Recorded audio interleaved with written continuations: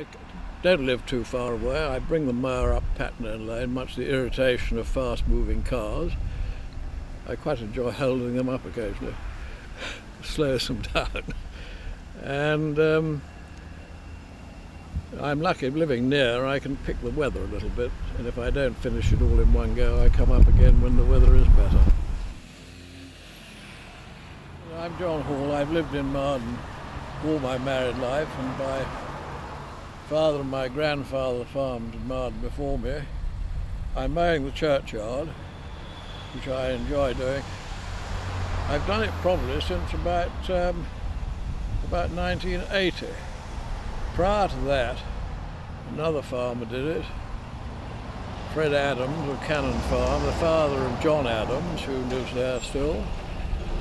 And he was helped down at the bottom by somebody called Brown Baker, who used to work at Sutton's, the ironmongers and general stores in Marden. Unfortunately, no longer there. And then when Fred Adams retired from doing it with his gang mow, I took it over during the time that Cecil Hargreaves was the incumbent here, the vicar. And in those days I walked behind a power-driven hater mower, which was quite hard work.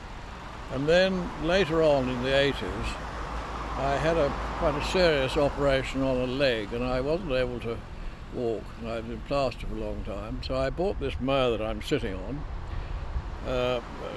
in about 1987. So it's done some pretty good service. And in those days I was on crutches, and so I was able to use it to go shopping, even drive the mower up to the pub.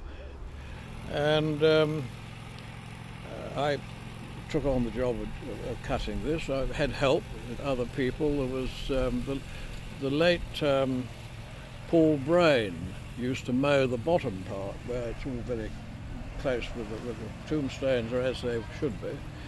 And I've done the top part here where there's more room, but also had quite a lot of help from Brian Manklow, who lived very locally. He still helps a lot, tidying up and doing various things. You probably noticed earlier on in the film that I stopped to move a beer bottle and put it to the side. I did that because the yobbos in the village throw beer bottles and rubbish over and litter the place up. And you might be interested to know that David McFarlane took on the job of once a week going round all around the outside and picking up all the rubbish. And he's done that now for 3 or 4 years, and I think it's absolutely marvellous for him, because it's such a nuisance when there's rubbish in the way of the mower.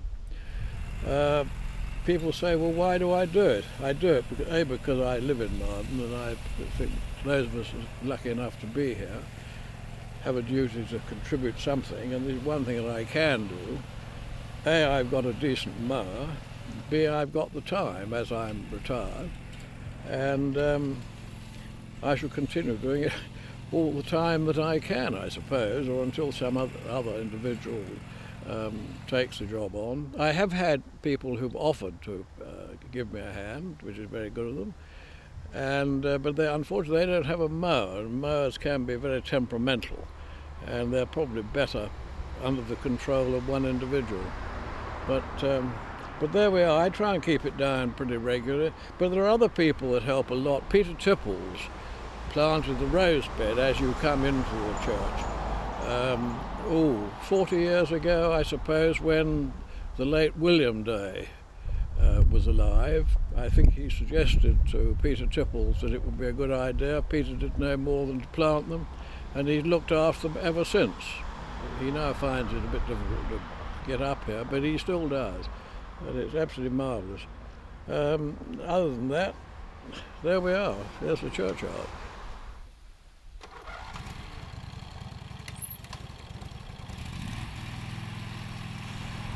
I talk to everybody in their graves as I go past. I know most of them.